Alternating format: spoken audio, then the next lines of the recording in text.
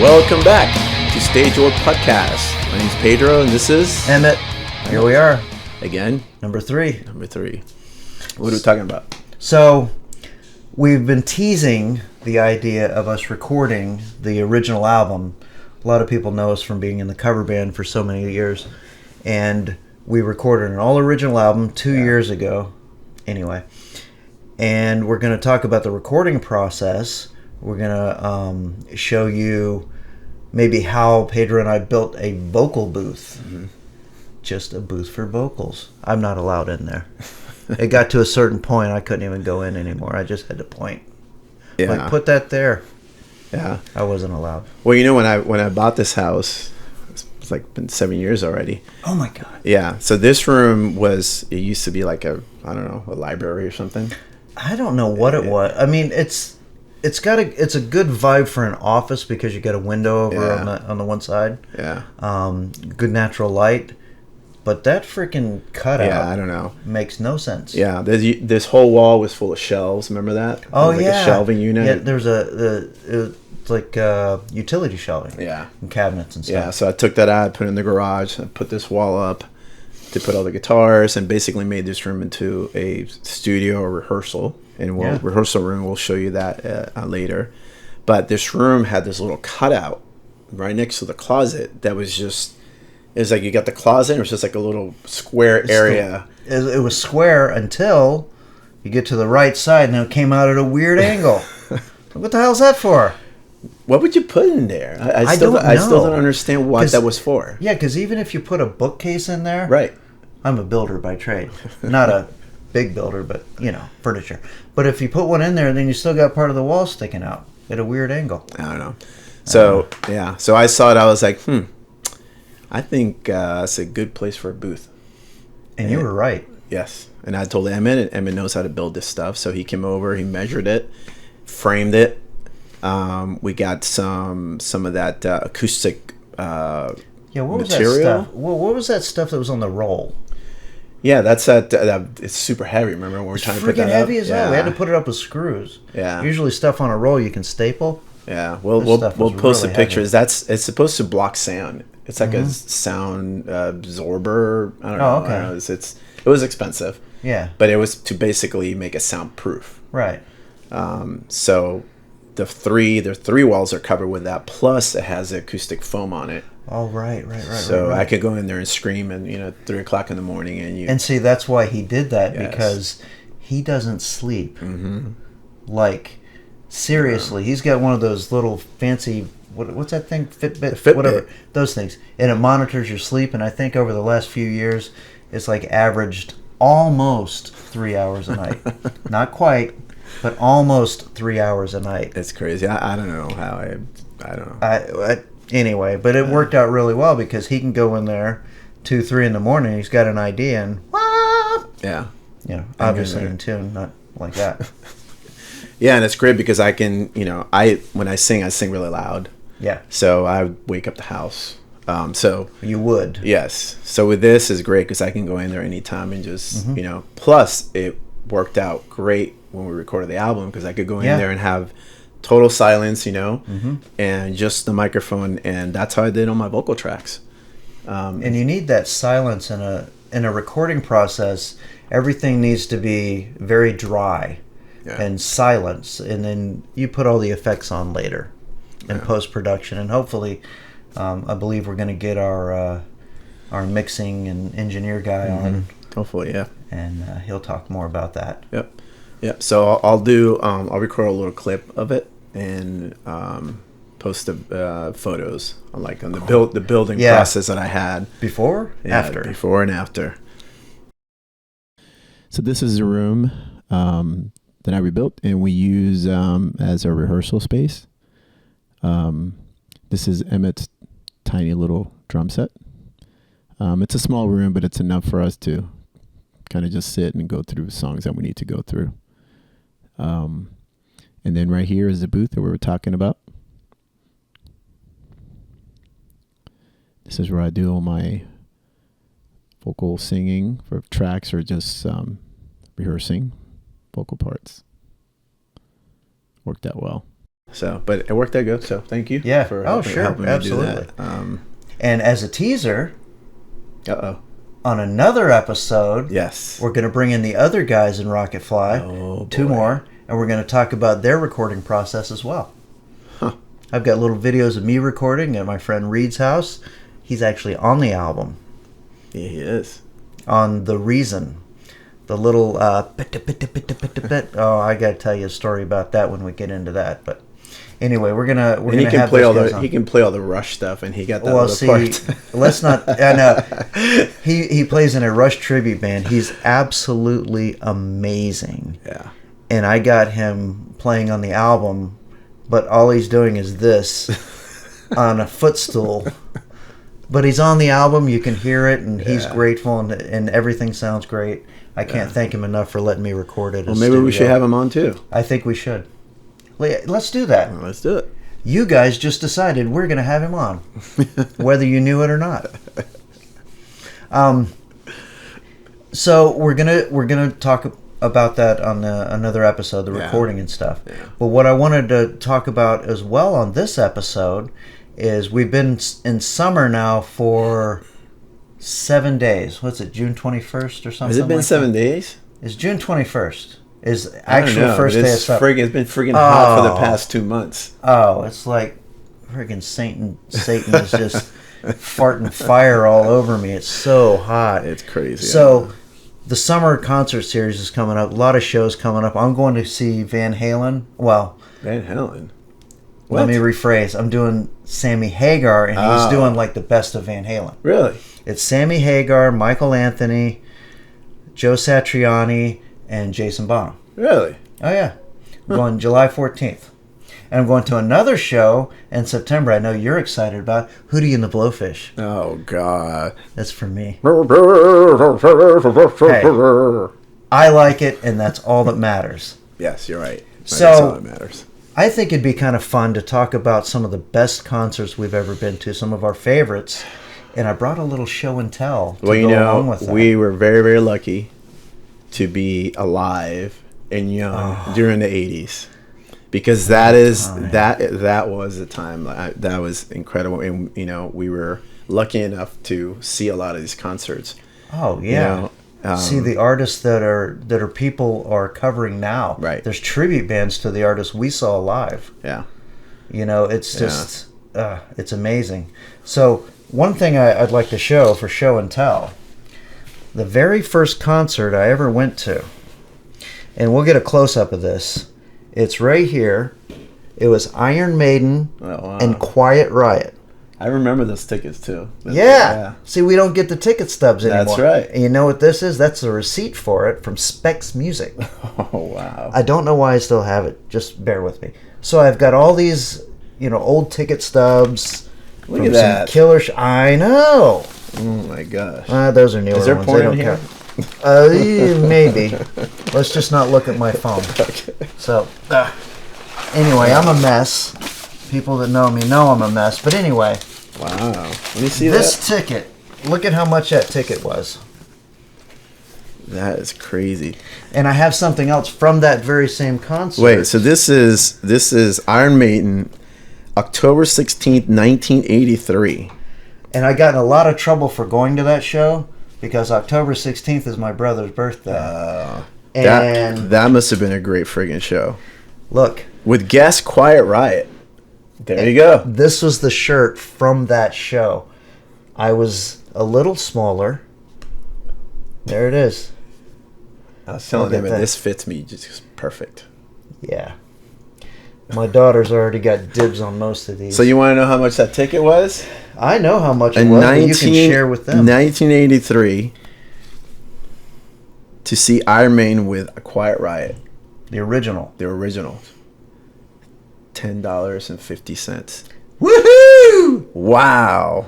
I know. That is crazy. I borrowed my mom and dad's, I think it was a Pontiac or it was Oldsmobile, one of those, to go to that show. It was in Lakeland, right? Oh my gosh. Lakeland Civic Center?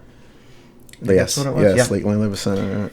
And if I remember correctly, I was 16 at the time. when we were leaving, it was my buddy Warren and I. When we were leaving, I backed up and I bumped into a car, and I was so scared that I just hauled it.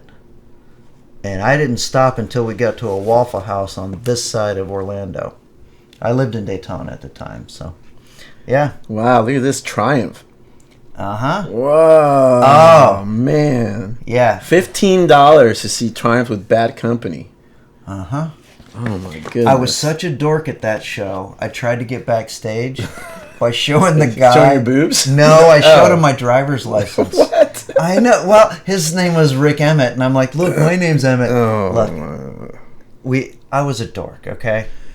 Now, I'm sure you were at some of these shows. You got to see a lot of freaking great shows. Oh, I know. Gosh. Heart.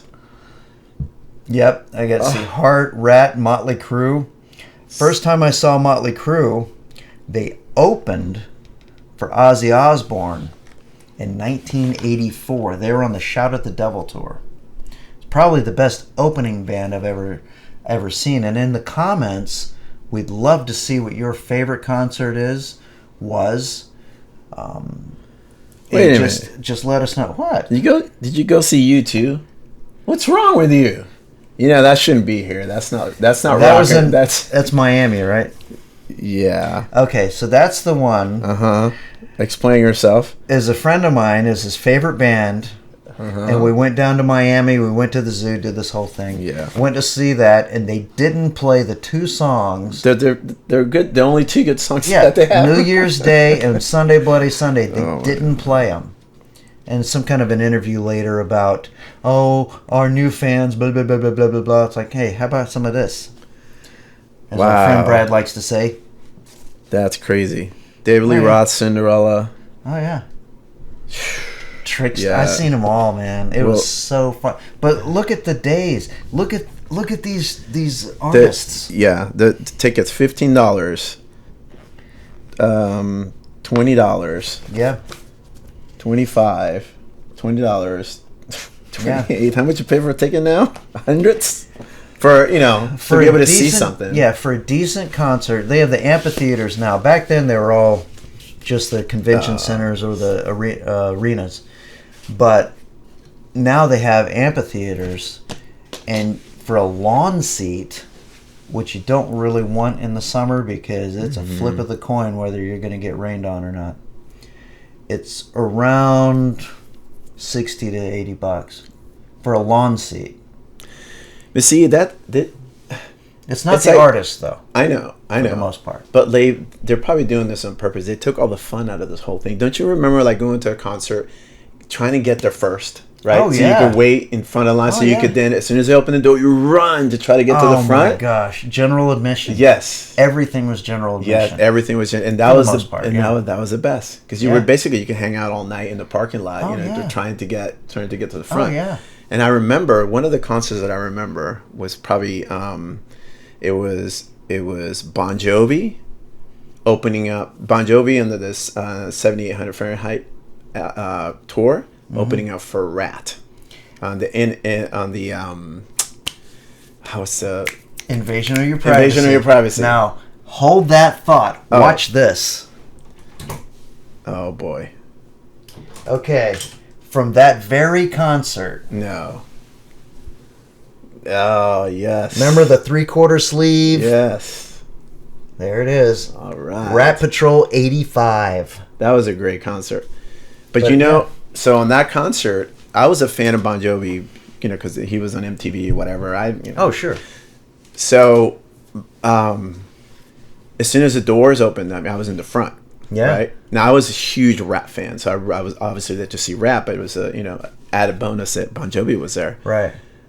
But Bon Jovi wasn't that famous. No. They had maybe 2 hits. Yeah, In and Out of Love, and In and Out of Love, Runaway. Yeah. But that was, before. So I remember as soon as they opened the doors, I thought it was going to be crazy. It wasn't. It's like there's nobody there. So I'm just like, okay. What's going on here? So I walked right to the front. I was like right there, right in the front, and That's so funny. They came out and they performed, and I was just like, why isn't anybody paying attention? This is friggin' Bon Jovi. Yeah. You know? And of course, Rat came on and exploded. Oh, yeah. And then it was I think it was a year after when he came out with Slippery When Wet. And 85. Yep, 86. Yeah. So, and he exploded. Oh, and and that then was it was like, you can't, yeah. No. Yeah. I didn't see that. I saw the New Jersey tour. Oh, okay. But, you know, what's funny about where you were at that concert, I was to your right. Were you really? Because I remembered the You're in Love by Rat, the video. And I remember Warren DeMartini being on that side of the stage. Yeah. And I don't know why, I was just drawn to him. I just thought he was so cool. Warren DeMartini? Yeah. He's one of my favorite guitar players. He was just so cool and so good. badass. And I'm like, I want to be on that side. I didn't really care about Bobby Blotzer, you know. I'm like, because he even said in a Modern Drummer interview, they had the double bass drum. He goes, oh, that other one's just for looks. Yeah. Don't tell people that. But anyway, I was basically to your right. Yeah. That's crazy. You know, almost 40 years ago. Oh. I was standing to your right. I know. But those, back then, they didn't have the security either. Because when, I think it's about, we'd have to reference it. But I think it's a month or two after that, Motley Crue came in the same venue with the Theater of Pain. Mm. And I actually went there with drumsticks. What? You going to play? You can get up there and play? Look, we've already gone over this. I wasn't that bright.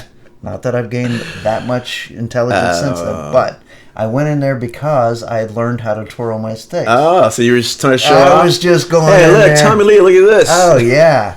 I had the two stripes on my face. I was like, oh, yeah, I really thought I was... Oh. I remember, I think I was in that Theater of Pain. I think I went to that as well. That was one of the first concerts. He wasn't the first drummer to do anything acrobatic or aerial, but that was the first one when he was like this and he went like this, so he was facing the audience like that. Man, those are the best times. Those concerts were friggin' amazing. Amazing. And you know what the best part out of all this? All the naked chicks and nobody cared. There were just boobs everywhere, and they were like pretty girls, and we're like, you know, no offense, but they weren't big enough. Like Bike Week stuff. It wasn't anything like that. Boner Garage. Oh yeah, we got to put a picture of her up. I don't know. It was such a, I don't know. Well, the time was different because it was so carefree. Yeah, that's exactly right. It was carefree. Everybody's just having fun. They were just having a good time. They were writing songs about girls and cars, and there wasn't, you know, all of the politics and all that other crap that. That's why we play the 80s. Yeah, exactly. Just for a few hours a night, we can relive our old days. Until I look down and go, oh, I wasn't this big. Oh boy, it's just cool that, you know, we were there like when a lot of these bands weren't famous, and we didn't know. Like here's another example. I went to see, I think it was Cinderella, and you know who was opening up for Cinderella? Guns N' Roses. And I was like, wow. I was like, who are these losers? He was out there. Loser. He was out there with these, you know, these, what are they called? Those little shorts that he wears. They're like bike shorts. Those bike shorts, yeah. Yeah. With his nuts hanging out. I'm like, who is this guy? These guys aren't going to go anywhere. Yeah. Because I didn't know who they were. No, I was there for Cinderella. Yeah. And, but they you know, they performed well. Yeah. I just didn't know the songs. So I wasn't really interested. Right. And then the next thing I know, it's like, boom, they exploded. You know, well, they opened for Motley Crue on the Girls tour. And they were supporting their first album. And I was like, huh. Yeah. Look like regular dudes. Yeah. Where's Motley Crue? Yeah, exactly. You know, they're not wearing any makeup. What's I up wanted with to that? see Tommy Lee and the girls. Yeah. Because they brought those girls up there. One of them's name was Donna. How do you know that? We had many a night together. Oh. I don't want to ask any more questions about that. Well, she doesn't know it. Oh. Yeah, well, you know, I was a horny teenager. What do you expect? I'm just a horny older dude. It's pretty creepy. Pervert. Anyway, I know. But yeah, I saw them. I saw the Black Crowes on one of their first tours open for Robert Plant. Oh, wow. Yeah, that was. They just came out, and I knew. I was like, no, that's rock and roll. Yeah. Because that's all. They're just good. Yeah. Just It's so raw, good. It's like raw rock and roll. It's just, Raw rock and roll. We'd love to see the comments and hear about your favorite concerts. But just going back to those days, you save up some money. You used to stand in line at the record store. I think around here it was Peaches. Peaches, and there was another one. Camelot? That was in the mall. No, there was one over there by 1792. Something about a mushroom. Now, you guys help me out. Come on, it's something about a mushroom. Something about a mushroom. There was a lot of them. But anyway, there were some bigger ones. But that's how you did it. You stood in line. There was no lottery. There was camping out. Yeah. You camped out the night before, and you're like, man, I want to get close. I want to get my ticket. Yeah. And it was just so fun. Yeah. Or when a record came out, or you would just wait. It's going to come out. You would wait to get it. Yeah. Now it's like everything's online. It's like and then nobody gives a shit. Nobody cares. It's unless you're Taylor Swift. No offense to her, I think she's done an amazing job. She's pretty smart actually too. But yeah, we talk. So you don't know. She's got people. No, but I think the move she made with her records. Remember you and I talked about that. That she re-recorded. She re-recorded her first album, or first 5 or 6 albums, under her own label. Yeah. Because that's the record companies. That's something all this other stuff. That's something that has not changed since day one. Is the record companies are so corporate bullshit. They just take the artist's money and they don't. That hasn't changed. That's still no. But the good thing about nowadays is we have the technology, just like we did. We recorded a whole album ourselves. In our bedroom, crazy. Basically. If you have a good producer that can take the tracks and mix them and make it sound good, you can really record. You don't have to go to the studio. So We didn't. We did our entire album in 3 different cities for the most part. Yeah. And we had, remember Mark Mason? He gave us that idea to stop in the Reason. Mm-hmm. Great idea. Really good guy. And then Sean took over and basically produced it and did all the mixing for us. Mm-hmm. And it just, I listened to it and I'm like, damn. Yeah, sounds great. Yeah, but that goes to show you, you don't have to get into these crazy contracts with record companies or whatever they are. I don't even know. I don't know what they do. I don't either. They just take your money and and they tie you. They tie you to what they want you to do. So, I mean, the Capitol Records building looks killer. We saw it when we were out there, but I mean, I don't know. It's nice to kind of tour some of these places. I've been to the Sun Records place in Memphis. It's really neat to see where some of these incredible albums were recorded. But the days of signing with the record label and doing this and that, those are over. Yeah, it's unfortunate, but it might be fortunate too. I don't know. I don't get into it. I just hit things. I just bam. Yeah, that's me. I'll set it up. I'll hit it. And I'll go on my merry way. It's a shame because there's a lot of talent everywhere. I mean, here in town, and if you go just like you said in Memphis, Tennessee, I mean, there's just musicians everywhere, and they're good. I mean, they're amazing. Oh, well, they don't get the chance. Just like we don't get the chance, But at least we're, like I was saying, at least with technology, at least we can just do it. Yeah. And not have to wait for anybody, not have to answer to anybody. We just do it our way, whenever we want. Yep. Self-produced. However we want, and we just, Yeah. And hope for the best. And maybe the right person will hear it and they'll want to promote it and do what. Maybe. But, you can't depend on that anymore. And, you're talking about Memphis. I'm not a blues guy at all, because for the most part, for a drummer, it's like. Yeah. But when you see the blues being played on Beale Street in Memphis, it's a completely different animal. Yeah. I saw these guys. I saw this one guy playing harmonica. He told me, we had talked to him after, that he had been playing on Beale Street for 42 years. Jeez. He's like us. He was playing that. It sounded like two people playing. Yeah. And he's just up there, just sitting on a stool. I was like, man. But I mean, it just goes to show you don't know. Yeah. These guys they just do their thing.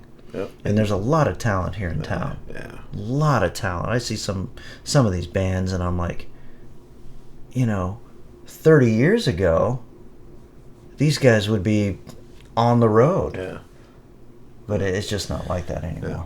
Well, I think which is fine. I mean, it is what it is. With technology and all this stuff, it basically killed it. It's all this bullshit that's going around the world is basically killing the whole, and not just musicians, but just art. It's killing that whole being creative process. Yeah. And it's completely destroyed it. But then we have the technology, which is easier for us to do it. Yeah. But then we don't have the capability to kind of spread it. Right. I mean, you can put it on the internet, but who's going to see it? Right. It's a balancing act. It's I've written a bunch of short stories that I love to write and just make up crap. That's why you can hardly ever believe what I tell you. But I just love to do it. But it's like, well, I'm going to have to self-publish. Yeah. I'm going to have to, and who's got time? Yeah. I don't. Well. But anyway. Let's do what we're doing. We just keep writing, doing our thing. Yeah. And we'll just keep doing this podcast as long as you guys want to keep watching. Even if you don't want to watch, like and subscribe.